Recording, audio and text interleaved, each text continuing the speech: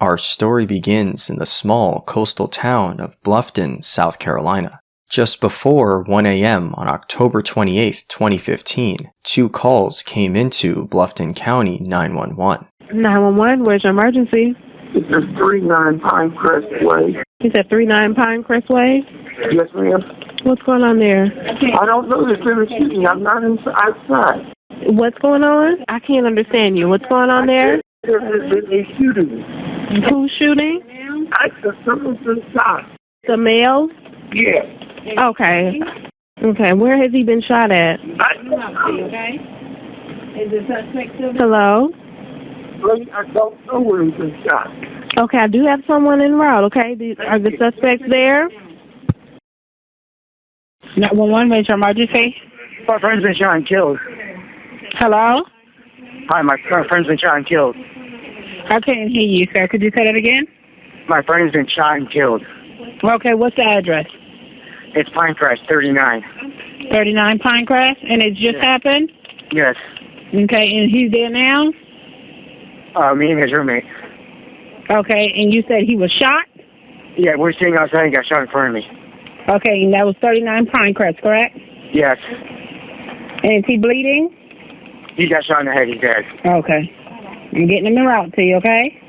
Yeah. Is the suspect still there? I don't know. We were outside and someone shot. We didn't hear anybody. Or we didn't see anybody. Okay. Where's your friend at now? He's sitting outside. I ran inside. Okay. Okay, sorry. So you said you was outside. You didn't see any suspects or anything? No, we're sitting out back. Okay. Did you see any vehicles or anything that come around? No, they came from outside off the driving range. Okay. Law enforcement is en route to you, okay? And it was just you there at the residence? No, his roommate was home in bed. So how much total are there at the residence? 3. Okay. And no one saw anyone? No, we were sitting out there and it was dark out back because the driving range is out back. Okay. We heard a gun talk and then 2 shots were fired. John, you all right? He's making sound. Okay, so you say he's making sounds now? Hello, sir? Hello? Yeah, the cops are here. Okay. You can go ahead and speak with them, okay, sir? All right. Okay, bye-bye. Responding to the calls, police arrive at a home in the upscale community of Pinecrest. Officers make their way toward the front door with their weapons drawn. As they approach, 2 men exit. The men inform the officers that they were the ones who called 911. The officers search them for weapons, ultimately finding none. The 2 men were told to wait in the front yard as the officers continued into the residence. After clearing the house, the officers make their way to the back patio, which is where they find a male slumped over with his head resting on his shoulder. The victim's phone was still in his hand and a large amount of blood had pooled onto his lap. The officers continued clearing the backyard along with the sides of the residence. After clearing the entire property, the officers informed paramedics that the scene was secure. The paramedics made their way to the back patio and declared the man deceased as he was beyond any life-saving measures. After the man was declared dead, the officers called for detectives and the county coroner. The residence, 39 Pinecrest Way, is located north of the Pinecrest Community Golf Course, specifically the driving range. The home is in close proximity to other neighboring homes. Investigators arrive at the scene and make their way to the backyard. Under closer inspection of the victim, there was an obvious gunshot wound to the right side of his head. Blood spatter was found against the wall of the house and on one of the witnesses who claimed to be outside when the victim was shot. The entrance wound was consistent with the shooter being in the backyard. As they searched in the direction where they believe the shots came from, they located 2 shotgun shells in the grass. This indicated the position of the shooter when the shots were fired. Detectives positioned themselves where the shell casings were discovered and looked in the direction of the victim. This vantage point matched up with the small holes that impacted the side of the adjacent home behind the victim. A shoe impression was located near the 2 shell casings. With some understanding of what had occurred, detectives called for crime scene technicians. In speaking with the two witnesses, detectives confirmed the victim's identity as 33-year-old Johnathan Cherol. One of the witnesses, Joe Ruby, who was with Johnathan when he was shot, said that they were sitting and talking to each other on the back patio. Then, all of a sudden, they heard the sound of a shotgun racking. The two looked around and then back at each other. Joe then heard a loud boom, at which point he saw Johnathan's head snap back. Joe was upset, crying, and demanding that the detectives find the person who did this right away. The other witness, Johnathan's roommate, Roberts Vox, was sleeping in a bedroom at the back of the house, not far from where the shots were fired. Roberts was the one who made the first and rather short 911 call. A gunshot residue test was performed on the two men. While they await the results, both men are brought down to the station for an interview and to provide a written statement. The officers that remained at the scene gathered statements from neighbors. One neighbor said that shortly after the shots were fired, he saw a man walk through his backyard toward the wooded area that led to Master's Way. He said that the man was walking with his shoulders held high and appeared to not be in a hurry. The witness saw the man walk in the direction of what appeared to be illuminated brake lights of a car stopped on Master's Way. He then heard the sound of a car peeling off. With the neighbor's statement in mind, detectives canvassed the neighborhood in search of any surveillance cameras. About 2 houses down, they locate a camera pointing toward Johnathan's house. While officers obtain the footage, investigators are contacted by dispatch regarding a call from Johnathan Cherol's father. Beaver County Communications, Crime speaking. Yes, good morning. My name is John Cherol, Cherol. And at 1 o'clock this morning, I received a phone call that my son had been shot in Bluffton. Can anybody confirm that? We've heard nothing from anyone. Okay. What? Do you know your son's address? His address would be 39 Pinecrest Road, I think, in Bluffton. Okay. And what's your son's name? Jonathan. Johnathan. Okay. And is his last name? Cherol. Okay, sir. I will have an officer give you a phone call, and they'll be able to give you any sort of information that you might need, okay? Keep your line available. Someone will call you from a blocked or restricted number. You're welcome. Mm-hmm. Bye-bye. Bye-bye. Detectives reach out to John's parents and confirm the horrifying rumors. John's parents were devastated by the news. John's friend and former roommate, Drew Franklin, said that he received a call from John's father. Drew recalled putting his head in his hands and feeling, quote, completely lost.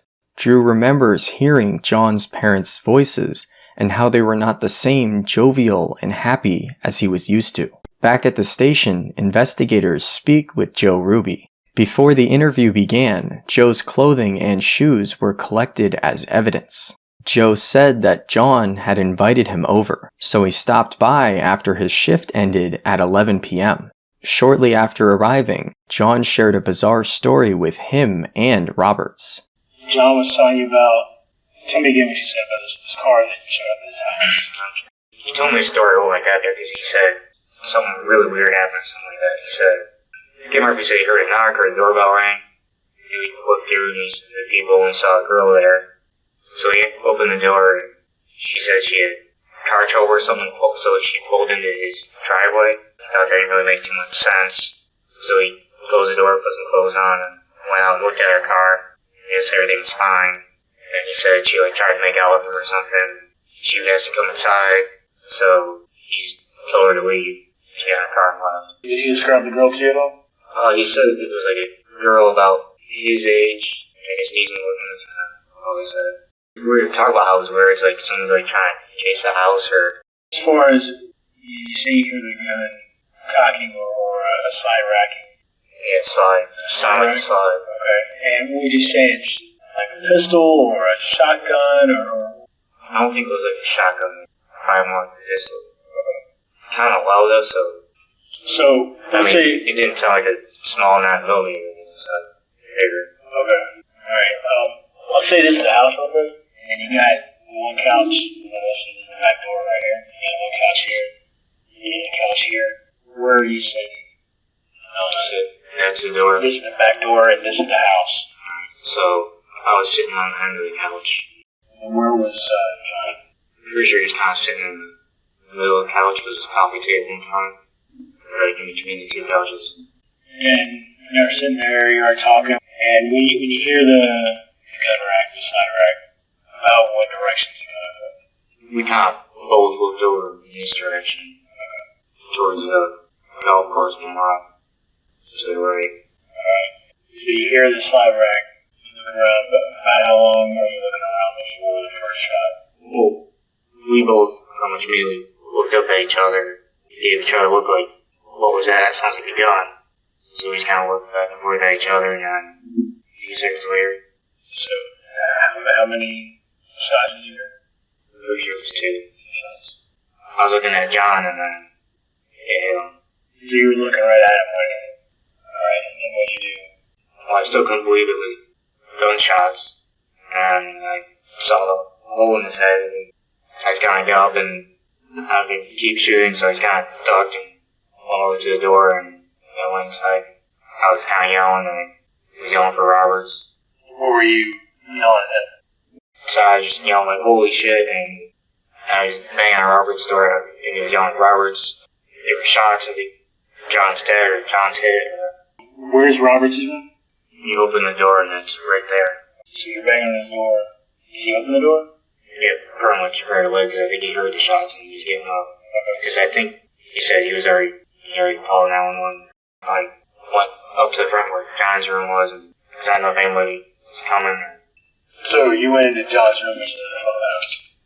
What are you doing to get in there? I just went in the closet and called 911. I was kind of hiding, because I already saw his head, so I know I couldn't do anything. I don't know if they could keep shooting. And I think I was already on the phone now, and when I kind of went back towards the window, I was looking at him, and I could just see him kind of moving and making kind of like heavy breathing sounds, but I figured he didn't know he could have been alive with the way his head was. Okay, so you said you were smoking weed all night before your game. So there's a pipe right there, so we know you were smoking. We weren't tonight. We didn't smoke it all tonight. You smoke it all night? Yeah. Alright, so you just keep the pipe just now and back. I guess so. I have a reason why I'm asking this, okay? It's not to get you in trouble. I gotta put together different possibilities as to what happened in it, okay? So we can make sure we figure this out. When you do smoke with him, do you normally provide the weed, or is he one that has it, or is He had it. He had it. You know where he gets it from? I don't know. You have any idea at all? You have any internal location where he goes to buy, or anything? I have no idea. I think the only name I've heard before is some guy sacked or something. When asked who he believed may have done this, Joe informed detectives about a legal battle John was in regarding a joint business venture combining his restaurant with another. This joint venture was with a woman named Christy. The newly formed combined business went awry as each party accused the other of embezzling money. John recently, I know that he kind of been in a bad place recently with what happened with, the super cow and all that stuff. I'm not sure what else is going on in his life specifically. And has he given, in the past few days or a week or so, any indication that things had really taken a turn? He's been, since that happened, I talked to him today, that since then he's been a lot better. He started buying and selling comic books, and he's really excited about it. So he's been a lot happier lately. Was there anybody that he's had problems with recently? No, as far as just the sipping Calvin. And what was like I know that there was like a legal battle between him Roberts and the owners of Sipping Cow. You know what their names are? I think there's just one of Christy. What's the nature of the legal battle? I'm not sure. I think it's over control the company, and then there's suits back and forth, because I guess she was stealing from the restaurant. Stealing from? I guess... Peppers, or? Because they all merged together, I guess. Yeah. I guess she wasn't depositing catering checks, and she wasn't... she switched credit cards to her bank account, and she was paying people on the table. As the interview wound down, Joe told investigators that John was not currently in a relationship and provided a list of names of who he believed to be John's closest friends. Based on Joe and Robert's matching statements and their negative gunshot residue test results, they are eliminated as suspects. The following day, surveillance footage from John's neighborhood comes in. The footage was pulled from cameras that cover all of the neighborhood's entrances and exits. An additional camera at the community pool area captured the roadway and was directly across from John's house. John's front yard is just out of camera view. On the right side of the frame, a portion of John's mailbox is visible. At around 15 minutes before the shooting, a dark-colored sedan can be seen driving past John's house. The vehicle then continued onto Masters Way as it exited the camera view. Police checked the footage from other cameras around the neighborhood. They followed the car as it completed a full circle of the neighborhood, ending back near John's house. The vehicle stopped before the intersection of Pinecrest Way and Masters Way for about 23 seconds. There was seemingly no reason to stop as there wasn't any traffic. The vehicle made the same left turn onto Masters Way. The vehicle went out of camera view at approximately the same time the 911 calls were made. After viewing all of the footage from around the time of the murder, investigators scrubbed through the footage from before Joe arrived at the house. They were trying to confirm John's story of the mystery woman with car trouble. At 10:52 p.m., a vehicle can be seen pulling into John's driveway. Detectives immediately noticed that the vehicle was similar to the one circling the neighborhood at the time of the murder. As they continued watching the footage, detectives spotted the motion of a dog running into the street from John's front yard. John can be seen going after the dog. Detectives then see a female who they described as slender with what appeared to be blonde hair. The unidentified woman went after the dog, picked it up, and carried it back to John. To detectives, the interaction looks less like a chance encounter and more like the two knew each other. Investigators continue watching the footage, hoping the mystery woman would reappear. About 50 minutes later, the woman's vehicle goes into reverse and backs out of the driveway. Detectives watch as the vehicle leaves the neighborhood. After following the suspect vehicle through various cameras, detectives were able to get a read on the license plate. The plate read KSW 931, which came back to a 2007 Toyota Camry belonging to Colette Collins of Buck Point Road, Bluffton, South Carolina. When the DMV photo came up, they knew the mystery woman in John's front yard was Colette Collins.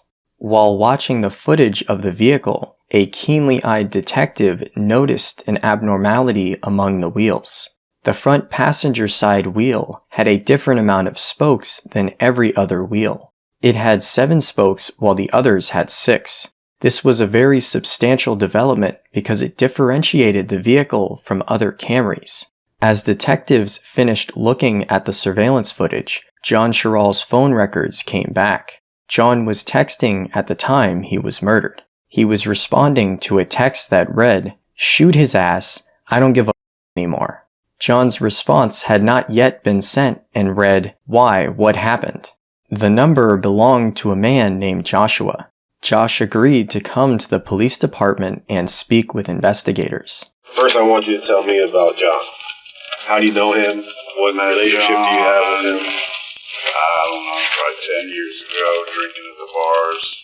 Really into comics. Like that day we were there, I saw a lot of comics in the house. He's got a shit ton. He's probably got, I want to say, 20 grand in comic books. You know, I told him we'll open up something on eBay. So your bar business failed, so the fuck what? Get over it, grow up. Start a comic book store. You know, you can't just let that one thing bring you down. When were you with him on the day he died? Picked him up, went and to the store. We got cigarettes. You went to the bank first, you went to the store? The bank first. He got out, got money, went back to the store, got cigarettes. Long story short, went back to his house. How long were you at the house before you left? You went back to the house, and what did you do again? Well, I ate some turkey, looked at his comic books, looked up the comic books, watched Guardians of the Galaxy, played Halo 5. So you were there for a while? Yeah, I was there for a while, and I was supposed to go back. And I said, I got to get back to my girl and my kid. The girl needs a car to go grocery shopping, blah, blah, blah. What time did you leave his house that day? I'm trying to remember. I want to say 5 to 7. What kind of car did you drive? I got a Durango. Our other buddy said he talked to him at 12:30. Said, John told him Joe's here. I got to go. I'll call you back. And supposedly at 12:43 or 12:45, the cops were called. After leaving the house that day, did you ever talk to John again on the phone or anything like that? I don't think I did talk to him. He didn't sound worried about anything. As a matter of fact, he sounded absolutely like the old John that I used to know. When you left? Yeah, when I left. P.O. Box was there, Roberts was there. Yeah. Like, there was nothing out of the ordinary. He was pissed at the sitting cow lady. Is this something that just started the last? It started when the lady from the sitting cow pulled out. Like, I don't know really what went on. And the day that I was over there, I was talking to Roberts and him. I'm like, you're supposed to be such a badass lawyer, and he's supposed to be so smart. How did this girl come in and nobody covered their ass and everything just fall apart? Right. And then when the Christie girl pulled out, that's when the Xanax started hitting really bad. He was prescribed Xanax before that. How much was he spending? I couldn't tell you that. I know that. Do you know who he's getting it from? I have no idea, but that's why I want to know who killed him. I honestly think he got in over his head with somebody. As far as drugs, business? I think money-wise. Has he ever told you who he was in over his head with? No. He's mentioned that he couldn't talk. He's like, I can't tell you what I did. I was like, well, I can't help you unless you tell me. John did a lot. Well, tell us, like... Did a lot, as in... He did a lot of Xanax. You mentioned turf war. Turf war usually occurs when two dealers are fighting over the same area. So what do you mean by that? Pretty much one person's come in and f***ing everybody else. So that one person is f***ing everybody else, which is pissing off every other dealer because they can't compete with prices. I have a feeling that John got in with Spitz, probably the boys on Go, somebody like that. He didn't set up. He told somebody where another dealer was that had a lot of shit. That guy, shit happened with him. You know, I can't tell you what I hear say. You can tell us what you hear say. Is it usable? No, but it gives us a lead. You want to know about your friend, right? Yeah, I would like to. You want to find out who killed him? Did he get hit with a shotgun? Is that true? Possibly. Did it happen in the front or in the back of his house? It happened in the back. So they walked up onto the door. Did you guys ever hear of anything that happened down there on like Buck Point Road or Sheriff? Police? Let us know. What happened on Buck Point? I mean, nobody ever said any gunshots were fired down there. At Buck Point? No. Supposedly the story was that John gave some guys some information about somebody that lived down there. Some of those guys tried to hit somebody. Right. Man had nothing. And I heard shots were fired. I heard shots weren't fired. Or they tried to break into his house. And then... How long ago was that? It was a couple weeks ago. And if those guys tried to take out this guy, and John was in deep with money, he goes... I heard those guys had shotguns when they went after him. That's why I asked, was he hit with a shotgun? Was it in the back? And they basically drove the guy, from what I was told, insane by running around, like sneaking onto his property. They got out. Yeah. I'm friends with him. Yes, I know him. Our kids, The guy at Buck Point? Yeah. What's his name? Seth. I don't know if that's his real name or not. Well, I heard that he thought he saw somebody fired something, he fired back. John told me whoever the boys were it was personal now they really killed him because he almost shot him. Heard a door was kicked open, shots were fired. He said they fired. He fired 3 or 4 back. That fired back. That's what I heard. That's what I'm saying now. And he's got kids in his house? No, he sent his family away. Okay. This is why I was saying, did this really happen? Because how the hell is all these gunshots going off and nobody's calling the cops? I'm thinking, okay, but you just snorted one too many lines, haven't gone to bed, and because he had me walking his property with him. He was honestly afraid somebody was trying to kill him. Let me ask you something about Seth. How well do you know Seth? For a year, maybe. Okay. But he's not somebody that I've known like John. So. Seth own any guns? Obviously, if you shoot him back, he does. I think he borrowed a pistol, or he borrowed something. I don't know if he had a rifle on that night. Is he a hunter? Does he have any shotguns? Does he? I honestly don't know that. I know he had a pistol. I'm pretty sure he's got a 40 cal. I don't think he does own a shotgun. Anyways, he had told me all that was going on. At the same time, he's telling me that he thinks it's John. That's, John knows something. So Seth is telling you that he thinks John knows something. About what? About the guys coming over. Because Okay. John was at his house, and he said he was being really weird. He was walking around sweating. I was like, dude, I gotta go. Like, he knew. So John was at the house before he got hit? Yeah. Really? Okay. So John disappears, next thing you know, his house gets hit. Yeah. I mean, it doesn't take a genius to put 2 and 2 together and say, probably had some kind of He knew it involvement. was coming. Seth called me. Seth wasn't pissed at him. Seth was like, I just want to know who came to my house. I tell John I don't care about him. I want my house. Okay, so it didn't have anything. And I told John that. I said, he doesn't have anything. Why are these guys trying to hit him? And I was like, he's not an easy mark, he's strapped. So why are you sending guys to his house when he did get shot, so he is crippled? During this incident? No, he got shot up at 80. Okay, crippled doesn't how? Can he walk? So Is he crippled to a wheelchair? He's got a cane. He got a cane. He's been in the cast since last November, and now he's out. Can he drive? He can drive, or he walks with a crutch or a cane. What is he drive? He's on medication now, like pain meds. He's a shell of his former self. Does he have a regular job? Seth, he was a landscaper until, like I said, he got shot. What about his wife? His wife works as a waitress. What's his wife's name? Colette. The guy that was on Buck Point, did he sell? Yes, he used to sell. He stopped, and everything was getting out of control. Everybody was plotting on everybody. And I sell a bag of weed here and there. He pretty much was like, it's too crazy. This is before society. As the interview came to an end, Josh provided detectives with contact information for some of John's friends. Detectives then brought Christy, John's business partner, down to the station for an interview. Through that interview and a check of her alibi, detectives were able to eliminate her as a suspect. The following day, detectives went to the address associated with the vehicle captured on camera near John's house. As they approach the residence on Buck Point Road, they spot a vehicle matching the description of the suspect vehicle, a 2007 Toyota Camry. The vehicle had the distinctive 7-spoke front passenger wheel. The residence belonged to Samuel and Colette Collins. Detectives established that the man Josh knew as Seth was Samuel Collins. Investigators knocked on the front door and identified themselves. Colette answered the door and was asked to come down to the station. She was then escorted to an interview room.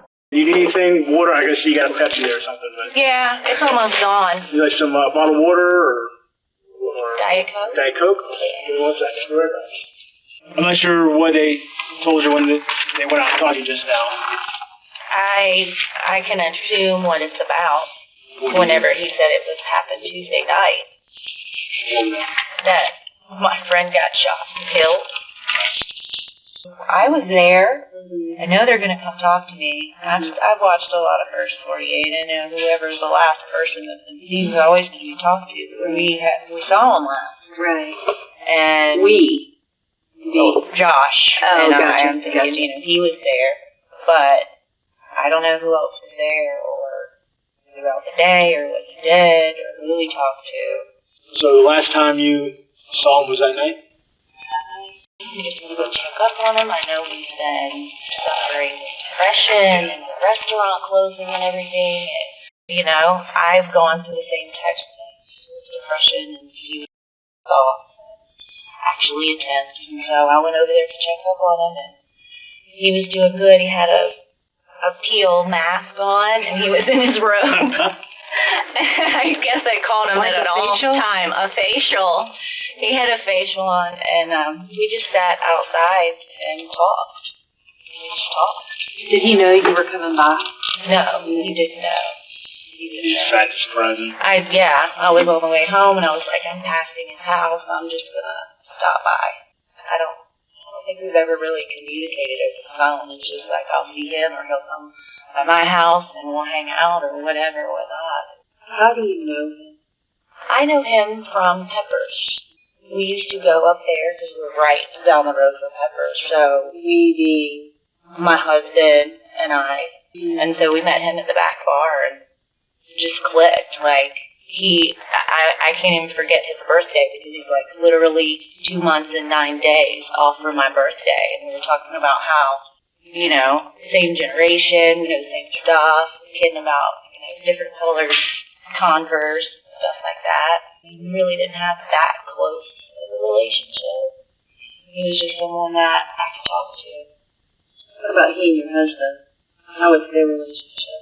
They had a good relationship. Yeah, at first they were better friends than he and I were, and then I don't know if my husband just started to get jealous of him and I, he gets jealous, but so I was like, okay, and that's what he doesn't know. I went over there that night. He was at the house. I'm like, I don't want him to get upset with me for going over there, and nothing intimate happened. Nothing intimate happened. We hugged, I think, twice. We never really talked about we flirted, but it never, went too far. That facial was throwing me off. It wasn't very sexy at the time. That is weird. And he had that on the whole time? He didn't? The whole time we were talking. I don't know anything about facials. I don't know if that's a long time to have one on or not.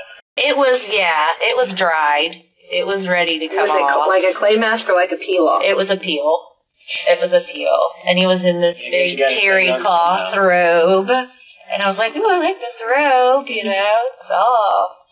Did you have to, go knock on the door? Did he just come out when you... I went knock. Went in? Never went in. We just sat right outside, and my car was parked in the driveway, and we were both leaning up against it. How long were you there? It could have been 30 minutes. It could have been an hour. What all did y'all talk about? We just talked about, his restaurant, his parents, what he plans on doing next. Because we keep telling him, just because this one closed doesn't mean another restaurant is going to come open. Because that, was a big, that really hurt his ego and, got him upset. And I don't like seeing people upset like that. And I knew that he could do it. He was stronger. He's young. He's got so much support, his parents, his friends. How did he seem? And I ask you this because I know he's been using a little bit more. Yeah, and that's another thing that brings, cause of concern. And so I was like, okay, he's getting in deep. It's spiraling out of control now. So that's, stopping by. We just talked about that. Did he happen to mention any issues he was having? He's been having a lot of issues. That's all I keep hearing is that he owes money to whoever he's getting these pills from. And the habit was so bad. We're that's why I'm worried about you. You can't do that many and still even have a pulse right now. Right. So you think his habit was excessive? Very, very excessive. It would have to be hundreds of dollars a day habit. Did anybody else stop by while you were there? Anybody else at the house while you were there? I don't know. I know his dog was there. He said someone was inside, but I don't know who it was. And then I left, and I went and got 2 bottles of Pinot Noir. And I know this is a bad call of judgment, but I did open that line. My husband hasn't had a drink in over a year as of September 1st, and he doesn't like for me, I don't want to bring it around him. So I kind of rode around and drank on that bottle of wine. And where did you ride around to? A little bit of, just kind of stay it close to home, but 46 and the farm area and back through his neighborhood. Like, I think I went back through there maybe one time and then started heading home. Let me ask you something. Would it surprise you if I told you that there's a rumor out on the street that somebody tried to set your husband up to be robbed? Would I believe that? I don't believe that. Did that happen?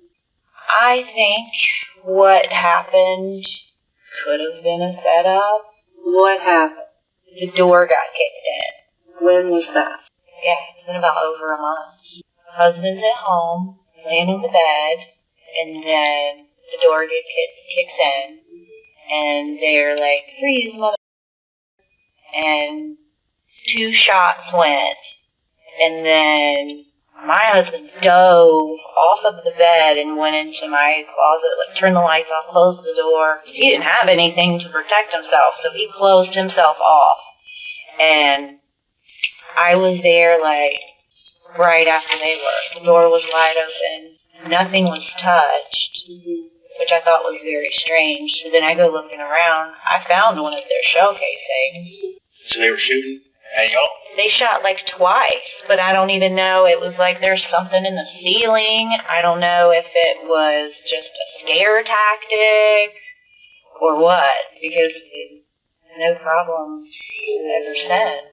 If 2 people or 3 people or 4 people show up at your house to rob you or to do whatever they were going to do, okay, your husband was lucky enough to survive, okay? How do we know these people didn't go to John's house to do the same thing? You see what I'm saying? That's why I'm looking for that information. Yeah. Whatever is there, we need to know so that we can look at it and say, okay, are there similarities in this versus this? You're good friends with John, your husband, Josh, all of these guys. Technically, could be susceptible to the same thing. You're right. I didn't think about those same guys going back over there and doing that. He owed people money. They could have very well been the same people. But it was word on the street. No one knew who it was, and no one wanted to come up and say they knew anything. Why would they pick y'all? It's not like... From what I hear on that one is that someone went and told them that we were sitting on all kinds of money and this and that. And that's, why I was so confused. I'm like, we don't have any money. Why would you just go off of someone, what they're saying, and not have any proof? Do you think that John could have been the one that set you guys up? I don't think so. I think that he would do that. He owes people money. They want to collect. Who has the money? You might think we have the money. Does that make sense to you? I'm wrapping my head around that. I just didn't think he was in that deep. I really didn't think that. But I guess people will do anything over $20. So, from what we've been told, your husband found out that John set him up because John was hard up in money. And John thought there was money in the house. But we never thought John was hard up for money. He always had money. Well, I'm not saying y'all thought John was hard up for money, but I'm saying that John was hard up for money. And your husband was under the impression John set up the day at y'all's house. Well, Because wasn't John over there just a little bit prior to them all coming up? Yeah, they were all hanging out. We know that your husband's one of the people that John would buy from, especially if you need a little bit of weed or something like that, maybe a few pills. So, John believes that y'all have money in the house. He was over at the house that night. We know that he was acting, by your husband's orders, acting suspicious that night. He leaves. Shortly after he leaves, the door gets kicked in. I'm talking like maybe 15 minutes, 10 minutes. After he leaves, the door gets kicked in. Who was that? And then these guys come in, start shooting. For some reason, they just start shooting. They don't steal anything. They don't wreck the place. What in fact happened was your husband shot back and scared them off. They take off. And besides the fact that your husband can ask around and probably figure it out, he knows that John was there just moments before all this happens. Okay?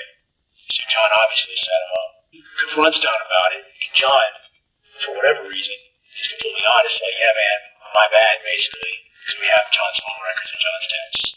He's like, my bad. You know, I apologize. You know, you should probably go after those guys, not after me, because they're the ones that actually did it. You know, I'm just in a bad spot. And then we've got other texts from John where he's talking about what he did. That everything went bad. Now he has no money because the thing that he was trying to do didn't work out. Get the money from us, is what you're saying, that didn't work out? He was going to get a cut of it. So we know all that. Okay? And we know that your husband knew. And from the sounds of it, you and your husband talk a lot. Y'all share a lot. I didn't know that. I didn't know that your husband has guns, too. I didn't know that he had text messages verifying any of that. I didn't know that. No. Or the gun. Or this little buying pills here and there. I mean, I didn't know about any of that. I don't know if you... Oh, my God. When we asked if you let your husband could have done this, the normal response to something like that is, oh, no, absolutely. Your response to that is not it's not something that comes from somebody who's convinced of the whole person's innocence. You said that you were at his house, and then you said you drove back past his house. What time do you think that was when you drove back past his house? 11:30, maybe like 11:30, 11:45. And I was home and passed out within like minutes once I got home. Well, there's actually a security camera. So you actually left out of there the second time. The car was there with you in it right before and right at the time that it happened. So what are you not telling us here? Because we know that there is a good bit more. Because there's a lot that that we know that we haven't told you yet, but there's obviously a lot that you know that you haven't told us. I mean, I'm like rattling my brain at what it could be. I'm not quite sure what I know that I don't know exactly what I know to tell. I mean, were you by yourself the other night when you were in Congress? Yes. The first time. What about the second? Yes.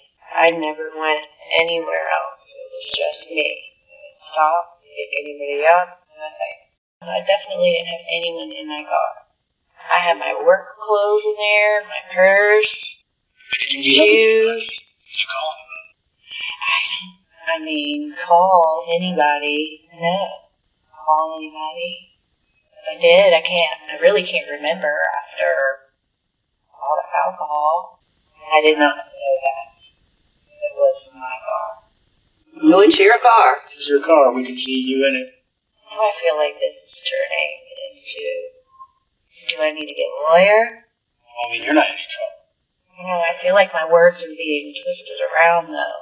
Colette and the detectives take a 20-minute break. Colette's interview resumes with a detective who has been observing the interview. There was some evidence found at the scene. There's actually things that were inside the gun. Every time you shoot a gun, things come out. Things get ejected. And we found two of those. Everybody puts a hammer inside guns. I'll just touch it. And the DNA. I ask you, is there any reason the DNA is going to come back to your husband? Or to somebody that you know is telling you, if you were just driving around, somebody was with you, and they just told you to stop, you didn't know what was going on, you need to let us know now. Okay? Because if you don't, then it makes it look like you're using something to do with this. Right. And I don't want you to think that. I don't want you to feel like that. If you had no idea what was going to happen, if you had no idea that this was going to get out of hand, then you need to let us know. Okay? If you're trying to protect somebody, right now you got to take care of yourself. You need to protect yourself. But really, I mean, I didn't get anybody. I didn't pick up anybody. I didn't do anything with anybody. I mean, So there was nobody else in your car that night? No. Even though our video shows that there's somebody else in the passenger seat. I mean, I don't know if there was my clothes. I'm not sure who would have What do you mean been your clothes? my work clothes hanging in there. I mean, that's No, this was clearly a person with a face. Who was in your car? I'm not saying that they shot anybody, but there was somebody in your car. If you're giving somebody a ride somewhere, you gotta let us know. If it's somebody other than your husband, I'm not gonna go back and tell your husband, hey, guess what? She has somebody else in the car with her. You know, that's not what I do. Okay? So if you have somebody else in the car, let me know. Who else was in the car with you? I don't recall anyone being in the car. I really don't. Like, I am rattling my brain as to trying to piece even where I drove, and I can't think of everything. I mean, maybe now is the time for me to go ahead and get my lawyer, because I feel like I'm asking a simple question. I'm confused as to what is going on, and I mean, I understand why I'm here, but I don't know why I would be put, like, as a suspect. Well, because your car was within 10 feet at the same time of a homicide. Well, you say 10 feet, and Okay, well, within 10 yards. 10 yards of his house. Because there's one point when you did drive by, and shortly thereafter is when this happened. Do you think that that's a coincidence? I mean, yeah, it could be a coincidence. It could be. You asked for a lawyer, so I can't continue questioning until you get one. Okay? I do appreciate your cooperation. I appreciate you coming down here and taking the time to speak with us. I'm sorry. I'm overwhelmed, and Of course. No, I completely understand. You've been in the police department for a long time. You know, you're getting very specific questions. I understand. I don't blame you. I don't judge you. You know, but if there's a point in time... I would love to have your card, so Sure. whenever... Let me see if I have a card. If there is something that I hear that I can share, I will. Absolutely. I will definitely do that. Colette's husband, Sam Collins, came to the station. However, he did not come until the next morning. Investigators believe that this was so the couple could get their story straight. How do you know John? What's your relationship with him? You know, I mean, how just through mutual friends. I just met him through Josh.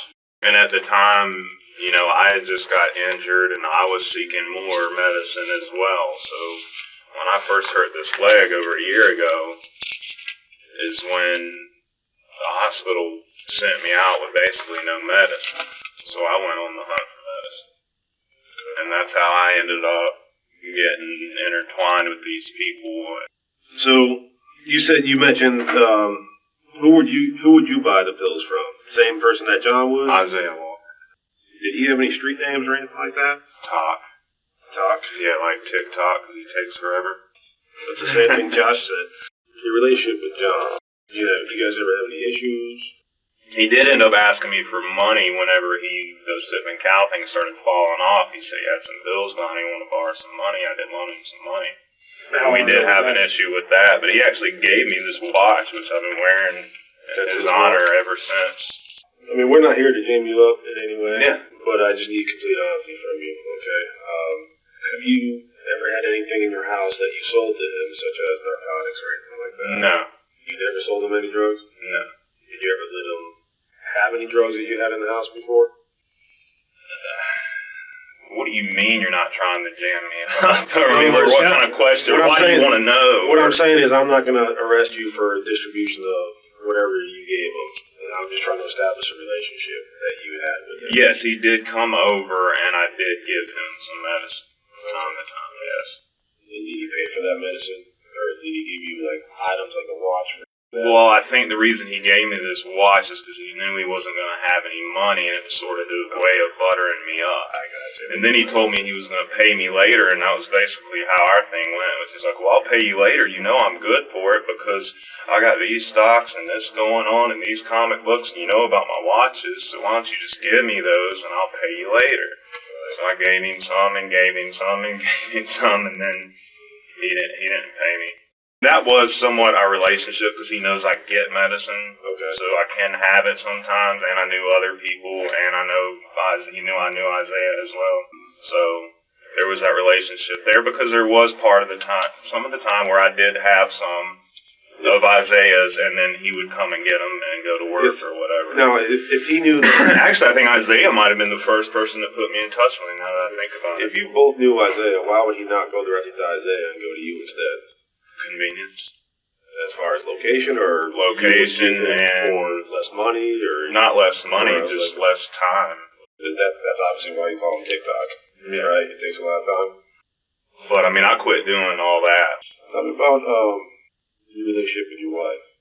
You guys been married for how long? 14 years. 14 years. Did you guys have like a rocky point somewhere? Yeah. What happened with that? A couple years ago. She just... we were having issues, and I think with her it might have been some addiction issues she was having with pills, and I was trying to get her to stop, and she didn't want to stop, so... She was addicted to pills? Yeah, from her cancer. And I was just trying to get her to stop, but when she gets in that mind frame, there's no stop, there's F you, because you want me to stop, or you're trying to stop me. And that's the way she was then, because whenever she went through cancer, they gave her so much medicine, it was ridiculous. And then afterwards, I tried to help her to get off of it, and it wasn't very much longer that she ended up taking off. But she ended up going up to Augusta, and I saw on her phone that she'd been talking to another man, and I figured out who it was. And it turns out that it was her stepmother's brother, which is just terrible to me. So we split up for about a year and some change, almost 2 years, and got back together in the middle of it for a little bit, But then, I'm trying to think, she came back in April, not last April, but I believe the April before. So we've been together ever since then. Things have been good. How was her relationship with John? I don't know. I mean, I know that he took a liking to her, that I could tell a little bit. They were smoking a cigarette on the porch together one day, and he came in and he goes, "Oh, she's just so nice and so sweet and pretty. You're so lucky." Just that. And how'd that make you feel? Good. Good. Well, anytime somebody compliments your girl, you feel good, right? Yeah. So you didn't feel he was stepping over the line or anything? It's just that he liked her. It was a compliment to me. I gotta ask you, are you aware that she was over his house the night he was murdered? She did mention to me when she came home that she stopped by there.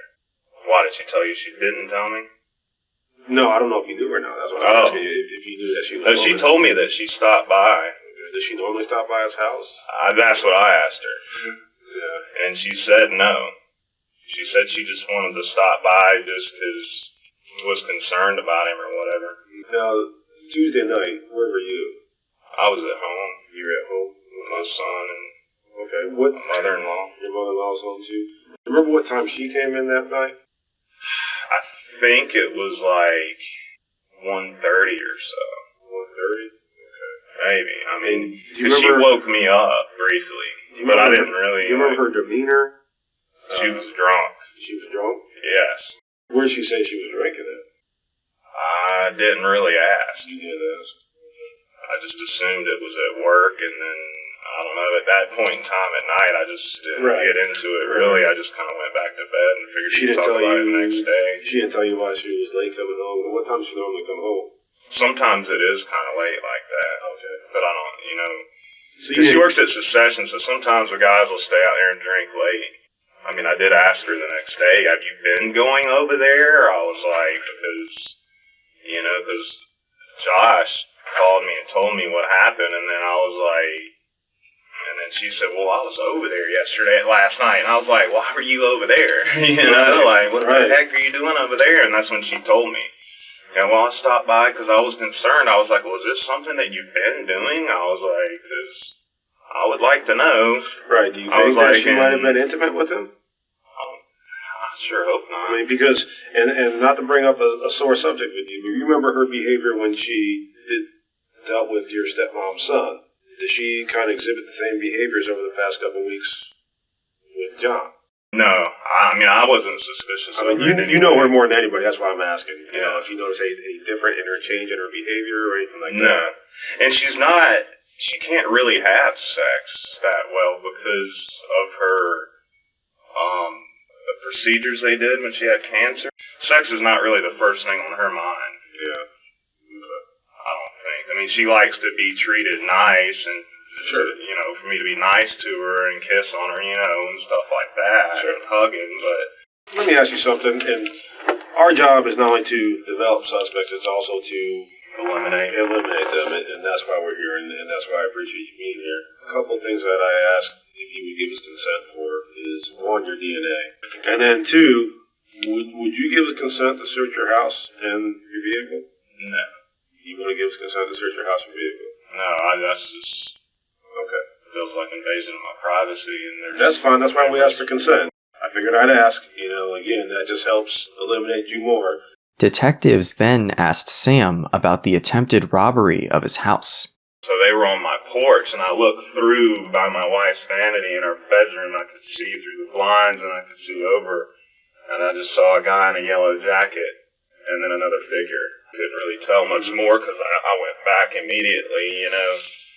And then, so whenever I saw that, I figured I'd try to spook them. So then I flipped the lights on in my room and came out in the den and flipped the lights on. I was like, get the hell out of here. You know what I mean? Like, we're calling 911. Which we didn't. I just heard him bolt, and I could hear him running across the yard. And then I waited a little while, and I saw a car leave from down the road hauling butt. Did they ever fire any shots at you?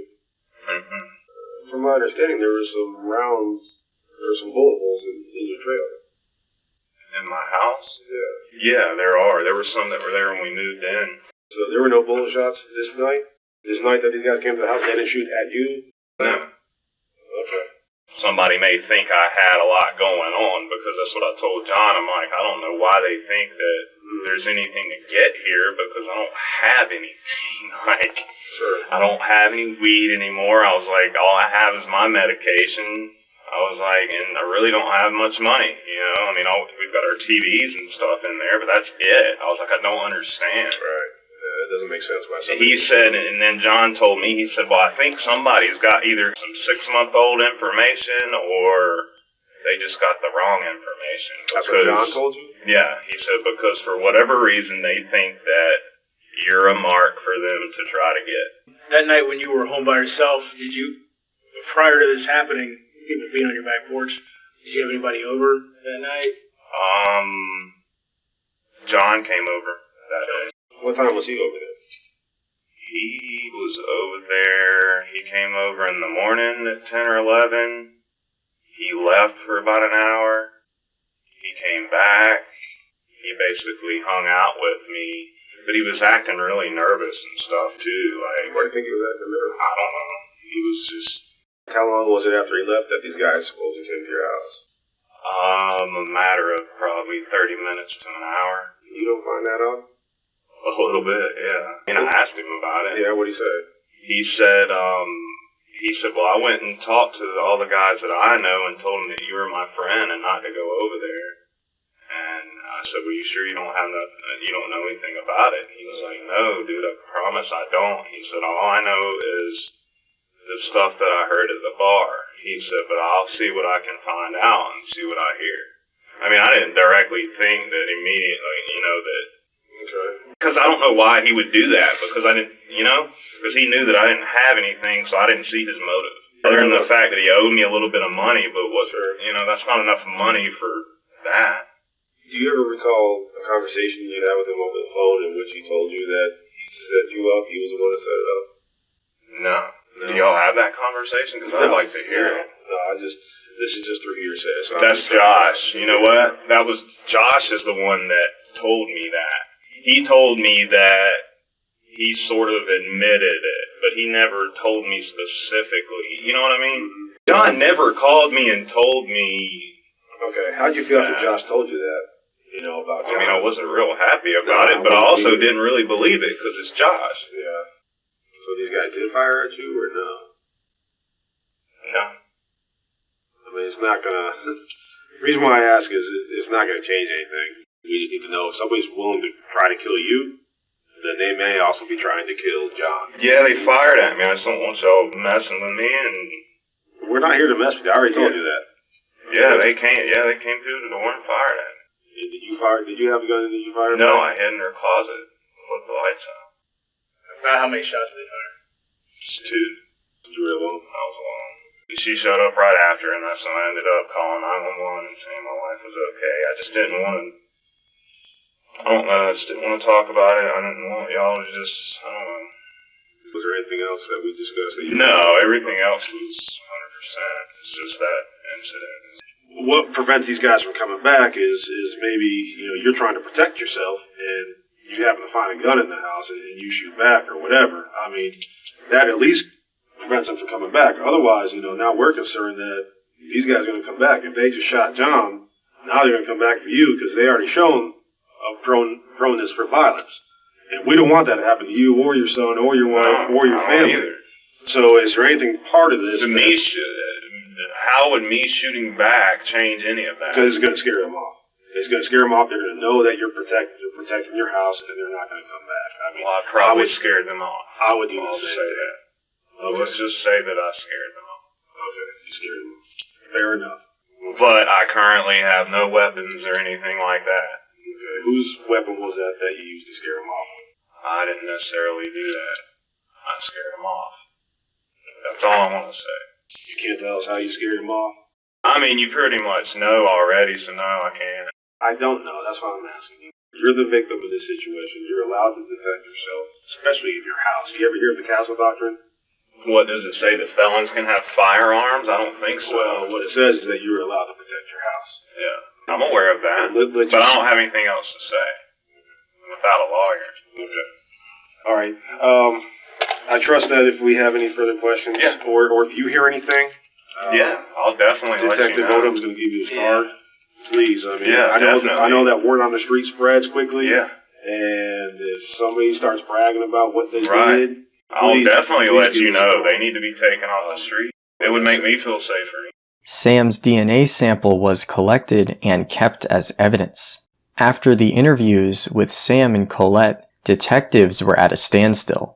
They knew who their suspects were. They just needed more evidence to keep the investigation going. 4 days later, on November 4th, a Bluffton police officer performed a traffic stop on Sam Collins' vehicle. How are you, sir? Good. I'm Officer Fayetteville Police Department. You have your driver's license, registration, and insurance, please. The reason I'm stopping you is for two reasons, partner. One, you're doing 40 in a 25 school zone, and the other is you don't have any taillights. The school zone? Yeah. Oh, I didn't know. I'm 10-4. I don't have any taillights. You got one brake light. Yeah. Oh, one brake light? Yeah. He does currently have coverage on the 92 Ford Thunderbird. All right. All right, and what was that about a warrant? He's got 3 active with county. They want him? We're going to find out in a minute. You ever heard of him before? Samuel Collins? Sounds familiar. What's the warrant for? Breaking into a motor vehicle. Trespass, burglary, larceny. They're coming for him. He's taking a ride, one-way trip to the Great Bar Hotel. We're going to handcuff him here in a second.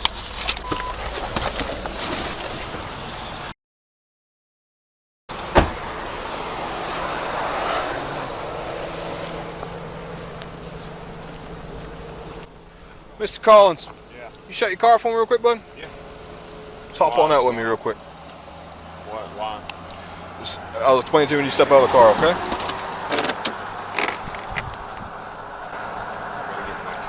Okay.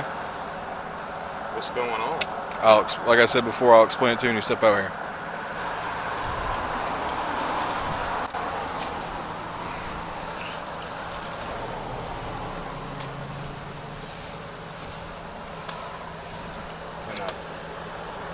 Walk back here? Yeah, walk back here. Get your drink up there real quick. Alright. Do you have anything on your person at all? No. Mind if I check you out real quick? Go ahead. Alright, put your hands right up here on the car for me, okay? Why am I being pulled out? Well, you've got 3 active arrest warrants with Beaufort County. For what? Petty larceny, breaking into a motor vehicle, and that's all the ones I know about right now.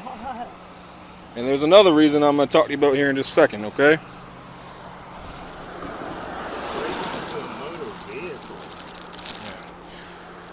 Like I knew I could smell weed.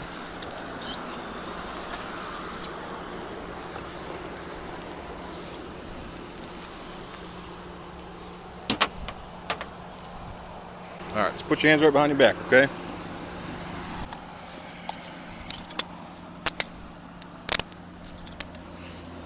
Put your palms together, be more comfortable. Go ahead and have a seat, okay? Best you can.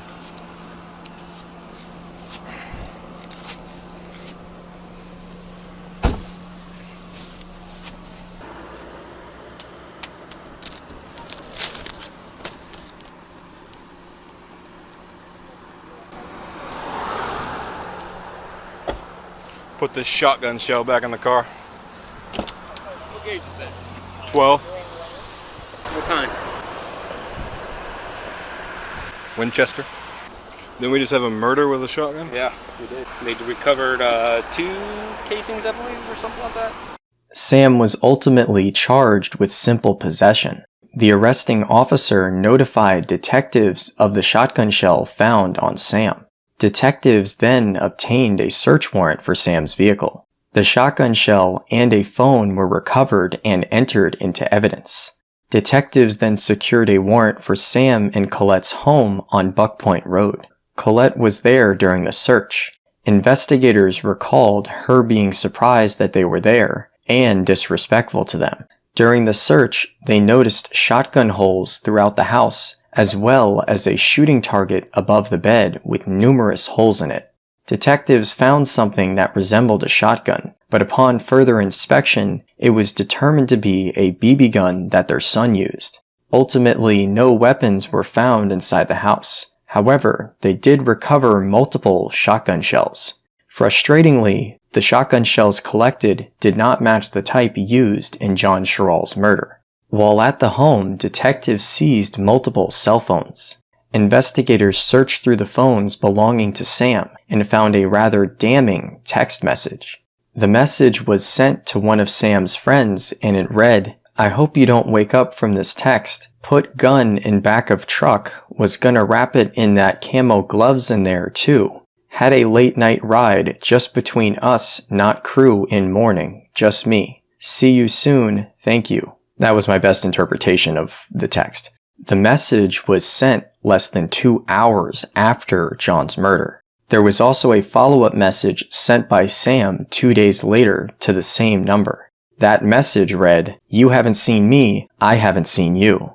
Detectives immediately got a search warrant for the number, which allowed them to determine the details of the man Sam was texting. The man was identified as William Cody Brown.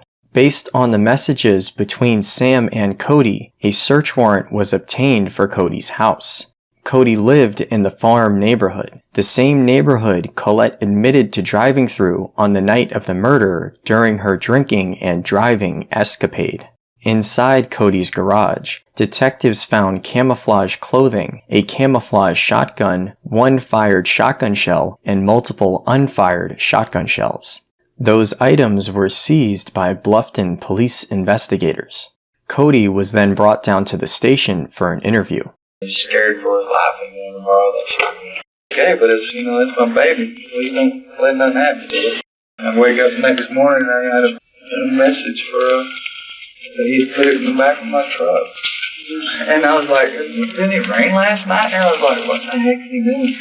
I go back there and it was it's still loaded and the safety was off of it. So I unloaded it and put it up. It had the cement around. And it hadn't been injected. You still have that smoke around. I think the cement around still. Cody stated that a couple of weeks ago, Sam Collins asked to borrow his shotgun for protection. Cody let him use his 12-gauge shotgun. The camouflage shotgun is sent for DNA and ballistics testing. While waiting for the results, detectives rewatched the footage from just before the murder, looking for evidence that would place Sam at the crime scene. The suspect vehicle drove past John's house and made a left-hand turn on Master's Way, where it went out of view of the camera. This time, detectives spotted the reddish hue of brake lights. The brake lights were on for a short period of time and reflected off of the wet pavement. With no traffic on the road at that time of night, it begs the question, why had the car stopped? This was a few minutes before the shooting, and when detectives believe Colette was dropping Sam off to confront John. Investigators fast forward to just before the shooting. The same vehicle drove up to the intersection, passing John's house, and proceeded on Master's Way. Just after exiting the frame, the reflection of the brake lights can be seen again. This is when investigators believe Colette picked up Sam after the murder. Using the location of the shell casings in the backyard and the brake lights, detectives determined how long it would take for someone to walk between the two. They determined that there was enough time for someone to walk through the pine trees to John's backyard, find where the victim was sitting with his friend, pull the trigger a couple of times, and then immediately retreat. On November 12th, DNA results came back on Cody's shotgun. Sam Collins's DNA was found on the magazine cap, the trigger or grip area, and the stock. Sam's DNA was also found on the camo clothing the shotgun was wrapped in. The probability of a random unrelated person with the same DNA profile as the one found on the shotgun and clothes was 1 in 2.4 sextillion. On November 23rd, the ballistics from the shotgun came back. The shotgun recovered from Cody's garage matched the spent rounds found in John's backyard. Based on the ballistics and DNA results, arrest warrants were obtained for Sam and Colette Collins for the murder of John Cherol. An additional arrest warrant was obtained for Sam for possession of a weapon during a violent crime. Officers, along with a detective, went to the home on Buck Point Road to serve the arrest warrant on Colette Collins. Colette was arrested on her front porch without incident. While being placed in the patrol vehicle, Colette stated that she wanted to speak with the detective without an attorney present when she arrived at the station. A different detective met with John's family and advised them of the arrest of those responsible for the murder of their son. Detectives escorted Colette into an interview room. After I left John's, I went home, and we got into a fight, Sam and I. What was the fight about? I don't even remember everything. He was mad that I went to John. This was before or after Parker's? This was after Parker's. I went to Parker's. And I went home with the wine. And he was upset with me because I had already gone to John, and I had never talked to John without Sam around. So he automatically thought something was up when there wasn't anything, but I was just concerned. I was truly concerned for John, and I didn't know any of this had happened until I saw it in the news, and I just knew, I didn't know what to do. I was scared, and so I go to leave, and he grabs me, and you're not going anywhere without me, and chases me down, gets in the car, and then at that point, So you actually got in the car and were pulling away? Yes. Okay. And at that point, I didn't want to take the fight back to the house because of Chase being there and everything, and we rode around talking. Where the argument happened at that point? A lot of it was outside on the front porch. And he was getting really loud, and, I couldn't control him, so I just was like, I'm out of here. And he ended up getting in the car. Chased me down, got to the car. We didn't go too far. And then I was like, okay, I gotta get some sleep. I've gotta be at work at 8 in the morning. I don't need this shit. Nothing's going on. Nothing, You know, like, you have nothing to worry about with the Johns or anyone. And, you know, I did step out in our marriage before, and so that's always, I still would get that flack from him constantly. I didn't know whenever he got the gun what was going to happen, and I know that we went back to the house, and he had been carrying that gun since Cody gave it to him for protection from the door getting kicked in. And, you know, he was constantly paranoid about someone coming back, and so he had that gun, and then he was like, well, let's go talk to John. I want to confront him about you. And I was like, no, I'm not doing that. And we rode around, and you could, you know, and I'm like, I don't know what to do at this point. I don't know what to do. And we ended up getting into more of a fight, and I threw my hands up and told him to get the fuck out. Get the fuck out of my car. And I left. And then he called me and said, I need you to come get me. And I had no idea what happened, what was going on. He just kept saying, let's go, come on, let's go, where are you? And, you know, I'm like, what the fuck did you do? You know, did you talk to John? What did he say? You know, I was like, did you hear what he had to say? Because I know that him and I had nothing going on. And he wouldn't say anything to me. Went home, I slept on the couch, and he slept in the bed. I got up and went to work the next day, not knowing what transpired. Then whenever he called me to come pick him up, he was on Masters. That Masters. Right there next to Pinecrest. And he said, you know, I'm like, you know, what's going on? Have you calmed down? What, you know, and he's just like, fine, like nothing. He didn't want to fight with me anymore. It was, take me here to Cody's house. He threw that thing back there. I was like, well, why are you getting rid of it? That's what you've been having for protection. Why all of a sudden do you not want it anymore? Don't worry about it. Don't worry about it. And at what point did you realize what had happened? After work the next day. I saw it on the news. Why didn't you come forward at that point? I was scared. He knew I'd figured it out. There were so many times I had your card and I wanted to call you, and I'm scared of him. Back to when you said you and Sam got in the car and Sam had the gun with him. What kind of gun was that? Shotgun. What did it look like? Camouflage shotgun. Okay. So where did you drop them off so he could go talk to John? That's what we're trying to, I can't remember exactly where. Okay. I thought it's close to his buddy's house in Pine Ridge. Okay. I didn't know. Now, you've been to John's house before. You already told us that. Yes. You told us that a couple weeks ago, too. Yes. So you know where John's house is? Yes. You know how to get there? Yes. You know how to get there and get to Cody's house? Not really, like, I'd have to be on the road to do it. I'm not too familiar with all that. So you, as you're going towards John's house, so Sam could confront John, you dropped him off in front of his house? Because you passed by his house? No.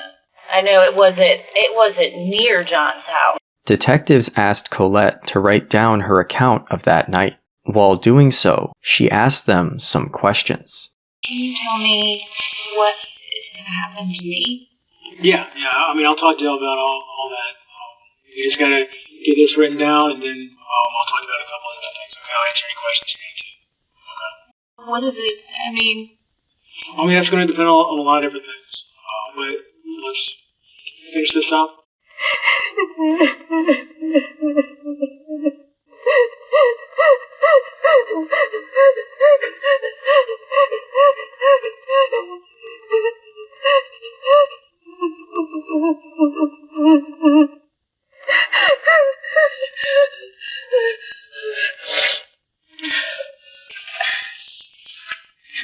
I don't want to get in trouble for something that I didn't do. Can we talk about what's going to happen? I don't want to get in trouble for not coming forward. I know I should have come forward, but what is going to happen? I mean... Okay, I understand that. This is not me, like, I've never been in any trouble. And he, I've tried to get away from him, and now I'm wrapped up in something that, I just want to move forward from and take care of my son and, like... go through like cancer treat. I'm scared. I don't know what's going on. All right. Well, here's the thing. I know that I told you what you're charged with. South Carolina, if you assist in a murder but don't actually pull the trigger, you're still charged with murder. That's what. But I didn't. I understand. Let me just explain because we haven't gotten your side of the story before this, right? So we've been having to, we've been looking at the evidence and doing our own thing here. The thing is, I know you're telling me you want to come clean with us now and tell us everything, but I already know you're not telling me the complete truth. You asked what's going to happen. Right now, what's going to happen is you're being charged with murder, okay? You're going to jail for murder. This is your opportunity to be upfront and honest about everything with Detective Odeman on. Because here's the thing. We have your statement. I can already tell you that items in that statement are not true. Okay? Like your phone calls, your text messages. I don't remember. I mean, okay. I know you have the records. I don't remember those, like, verbatim. Okay, and that's fine. You may not remember them verbatim. But the thing is you remember what you did the night with Sam. The night that John was killed. For instance, you say you stopped at a stop sign, worried with him, told him to get the fuck out. But you're saying you were somewhere near... You dropped them off somewhere near Pine Ridge or something like that, but we have you on security camera. Stopped at the stop sign in Pinecrest, right next to John's house. We have you take a left, and your brake lights come on. And we can't see who gets out of the car, but we know you dropped somebody off there. And then you go down Master's Way, you take a left on McCracken Circle. Hold on, I'm letting you know what we've got so you can try to be a little bit more clear about this. You go left on McCracken Circle, you go all the way down, you come back, come in Pinecrest on the back way, which is when we can see your face in the car, because that security camera on that entrance is angled in such a way that we can see that. You come all the way back around. Now you're driving slowly past John's house with your window down. This is after you've dropped off Sam. And we can see on the camera the two shotgun blasts as you're right in front of John's house. Okay, so we know you heard the shotgun blasts. No. Then you go and you stop at the stop sign again. You wait for 20-ish seconds, 23 seconds. Just enough time for Sam, who's obviously got a limp, he can't run, to walk back to Master's Way, at which point you turn left, we see your brake lights come on again, you pick him up. We have a witness who saw Sam walking towards Master's Way, and he saw him get into a car. It turns out there were no other cars at that time, because we have the security camera, so we know there were no other cars. Saw him get into the car and saw you peel out and go away. So you were right in front of John's house when the shotgun went. So we know you heard it. I didn't know that was what was going on. I swear to God. So when you I'm heard trying the gunshots, what did you think remember everything that happened in the roads, and I can't remember. Forget about that. When you heard the shotgun. I don't remember hearing shotguns. So when Sam got out of your car in front of near John's house with a shotgun, and then got back into your car with a shotgun, and you heard those shots, what did you think happened? I didn't know what happened. I don't remember hearing shotguns. I really don't remember hearing anything like that. Okay, so what did Sam tell you happened when he got back in your car from John's house with that shotgun in his hand? He didn't tell me anything happened. He wouldn't tell me details on anything.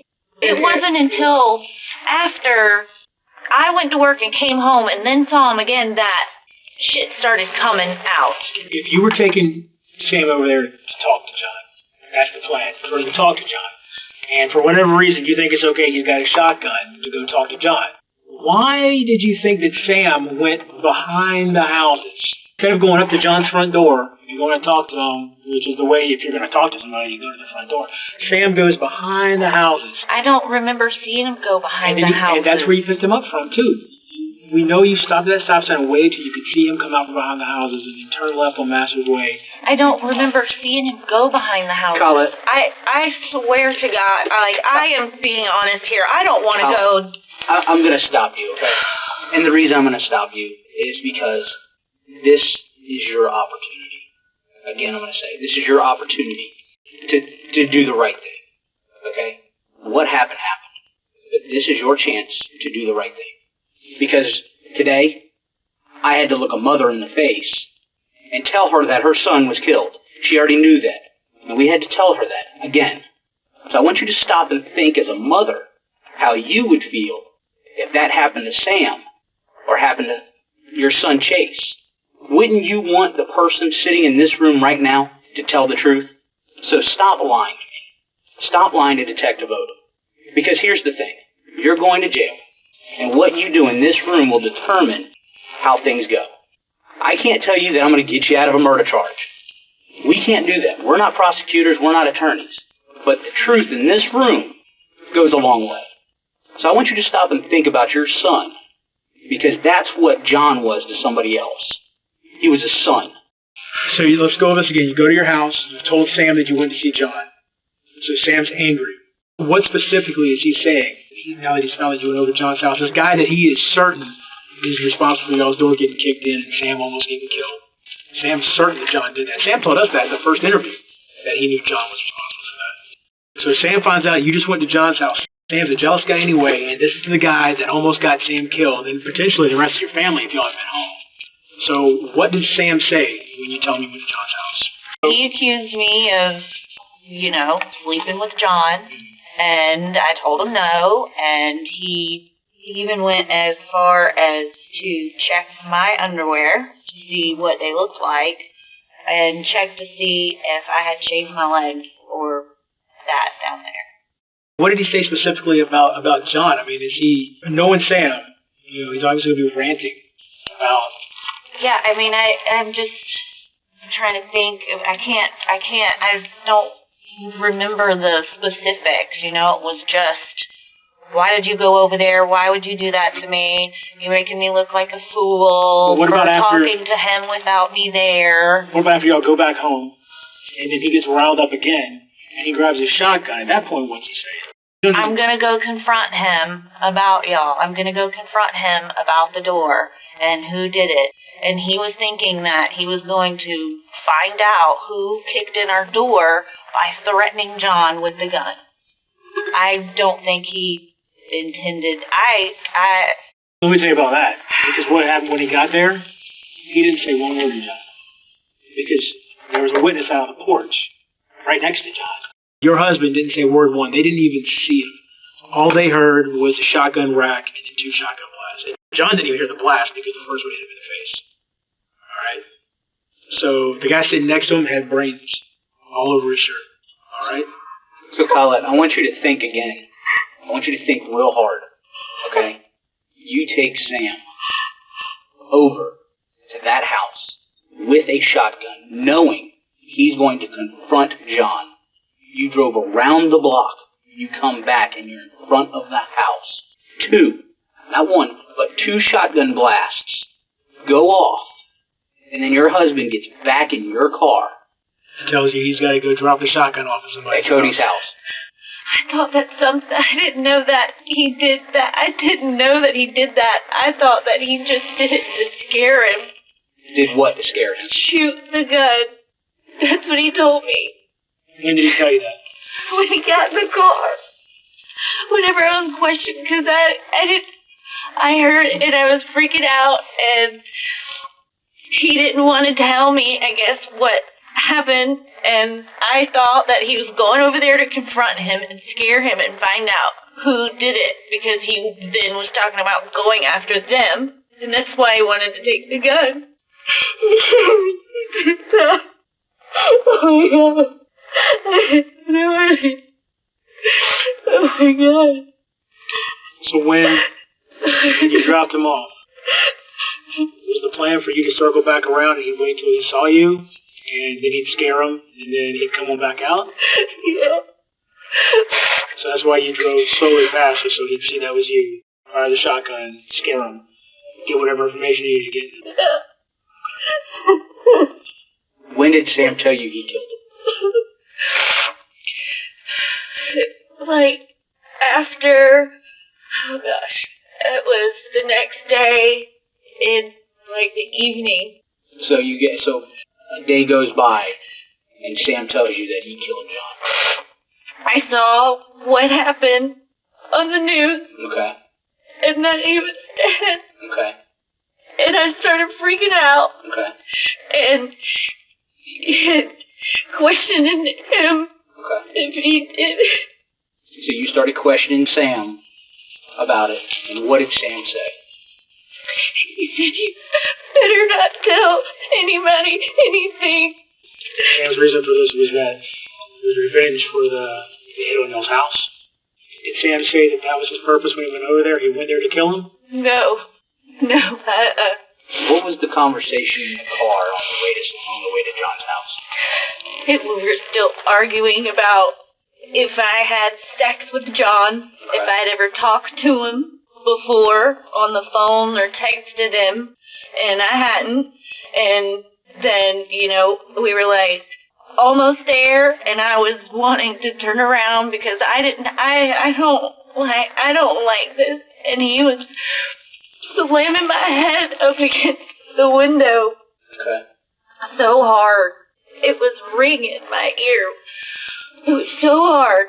So he tells you... He says, well, let's just go over there so I can confront him and threaten him, intimidation with this gun. And I said, I didn't even know if he had bullets for the thing. I thought it was going to be an intimidation factor. And he didn't want me to go in because he didn't want me in the middle of the gun. And if John had his pistol, and if the roommate had his pistol, and... Well, I'm going to stop you, okay? And the reason I'm going to stop you is, my question is, if you knew he was only going over there to scare him, why'd you drop him off in the wood line? That was when he didn't want me to be seen. I don't know. He said, I just want to show up over here and scare him. So, I guess what I'm getting at then is, so when you're driving, is Sam telling you go here, or he tells you go to John's house? He was telling me which way he wanted me to go. How did he know that John was on the back porch? I don't know. I don't know. When you dropped Sam off on the back road behind John's house, how did Sam know that he was going to be on the back porch? I don't think he knew that he was going to be on the back porch. I think he was going to scare him, and he happened to be on the back porch smoking. So if Sam shows up, he gets back there, and John's not on the back porch, what's Sam's move going to be? Knock on the back door. Knock on the back door? Or go in the back. I don't know. Whenever we got to Cody's, he told me to stop and let him out. He got out, and I couldn't tell what he was doing, and then I knew he threw something in the back of Cody's truck and told me to turn around and pick him up. I want to give you the truth. I don't want... Well, that's what I want justice for John. And I want it to be right. So the night that y'all's door got kicked in, you would put a lot of Sam's guns in that shed? Is that what you're talking about, the other building? And John knew about that? Yeah. Sam was going off on a bender, drinking and drugs, and had been acting all kinds of crazy. And there happened to be one still in the house. And Sam found it, and then that's how all of the rest of it transpired. It kicked in the door. He said he heard mother and freeze, and he was in the bedroom. They came around, he shot. No one else was there. I come there literally 5 minutes after it happened. Doors wide open, dogs are gone. So John was the last person that was there that day, and he saw me walk those guns up. Just about everything. I'm going to stick you back in the cell real quick. We're going to finish up some paperwork we got to do here, and then we'll transport you. Okay? Detectives transported Colette to the Beaufort County Detention Center. With Sam already at the center because of his drug possession charge, detectives served him both warrants and then explained all of the evidence they currently had. Sam was read his rights and initially advised that he would speak with detectives, but shortly after the interview began, Sam requested to speak to an attorney. At trial, the prosecution laid out the following sequence of events to the jury. Colette Collins knew that John Cherol was having some problems with his restaurant business, so she went over to his house to see how he was doing. She spent roughly 50 minutes with John in the front yard. After that, she stopped at a gas station to pick up some wine and proceeded to drink the wine over the next hour. She eventually returned home, which is where Sam Collins found her, drunk. He asked her where she had been, and she told him she was at John's house. Having previously been cheated on by Colette, Sam believed that she was at it again. Sam became enraged, even more so because she was with the man he believed orchestrated the attempted robbery of his house. Sam then demanded that they go and confront John. Sam brought with him his friend Cody's shotgun. Colette drove Sam to John's neighborhood and dropped him off on Master's Way, where, unseen by cameras, he was able to slip around the back of Johnathan's house and shoot him. He then retreated through the trees to where Colette picked him up. They then dropped off the shotgun in the bed of Cody's truck and headed home. At his trial, Samuel Collins is found guilty of murder and possession of a weapon during a violent crime. He is sentenced to 50 years. Colette maintained her now third story of dropping off Sam and believing he was there strictly to confront John, not to kill him. Without any evidence to the contrary, Colette's charges are eventually reduced to accessory after the fact. After hearing Colette's statements about not knowing about the murder until she saw it in the news, Sam agreed to testify against her. He claimed that he had told her that he shot John right when he got back in the vehicle. Colette then assisted him in disposing of the shotgun. With the help of Sam's testimony, Colette Collins is convicted of accessory after the fact and is sentenced to 15 years. No one else was found to be involved in John's murder. John's friend, Drew Franklin, said that he is angry that John was cheated out of life and that his family had to go through this. Drew said that he would like John to be remembered as the funny guy who brought people together. He said that John had a bright future that was unfairly cut short. Remember to check out Exter with the link in the description or the pinned comment. For more videos of cases never before seen on YouTube, click one of the videos on screen now or the links in the pinned comment. Goodbye for now.